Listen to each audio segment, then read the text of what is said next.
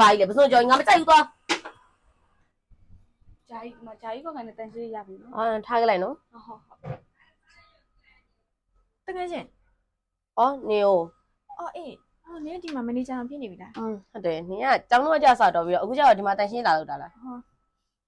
နင်တို့မျိုးအတန်းပြည့်အထိမတက်ခဲ့ရဘူးလေအားကြောင့်မို့ပေါ့အင်းမမနေ့တန်ရှင်းလောက်တာဆိုတော့လေလောက်ပေါ့နော်လားစာတော့တသိန်းခွဲနော်အခြေခံလားစာဆိုတော့တန်ရှင်းဆိုတော့လေဖြစ်ရပါတယ်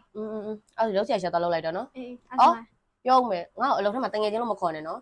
အကောင်လုံးကလည်းမန်နေဂျာဆိုတော့ဂျာကြီးလို့ပဲခေါ်တာလေနင်ကလည်းတငယ်ချင်းဖြစ်တယ်ဆိုပြီးတော့လိုက်မပြောနဲ့အဲ့လိုမျိုးပါစင်နဲ့အလုပ်ကိစ္စလို့ခွဲခြားထားပြီဒီပါတငယ်ချင်းငါလည်းမျိုးအခုမှတွေ့ရဆိုအရန်ဝမ်းသာသွားလို့ကောဂျာကြီးကောက်လို့ရပြီနော်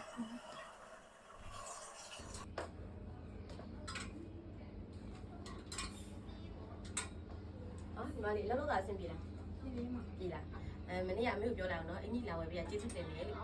ဒီတာတာကတ်တယ်လို့ဆုံးကြည့်ထမင်းသားဒီတိုင်းမဟီလာလို့နော်ဒီစားမယ်ဘာမို့ဟောက်တော့စားကြမယ်လေဟုတ်နော်လာခဲ့လိုက်နော်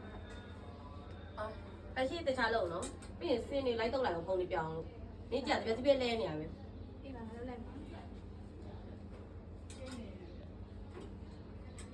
ဒီစင်းလေးမှပြီးရင်တစ်ချက်လုပ်ပြီးနော်နင်ကလည်းကြားတော့လူစားကလေးပစွန်ကြော်လေးလေနင်ရမ်းကြိုက်တာလေအမေလက်ရလေငါနင်းလည်းယူလာတာနင်ကိုတငယ်ချင်းလို့မခေါ်လဲလို့ငါဘယ်နှခါပြောရမလဲတကယ်ချင်းလို့ခေါင်းနေနဲ့ကလည်းဘယ်လောက်ထိခင်ခဲ့လို့လဲအဲ့လောက်လဲတကယ်ရမဟုတ်လေလည်းမခေါ်နဲ့ငါမကြိုက်ဘူးပြဘာကြီးလဲပစွန်ကြော်ငါမကြိုက်ဘူးသွားတိမ်ဝနိပစ္စည်းတခါတည်း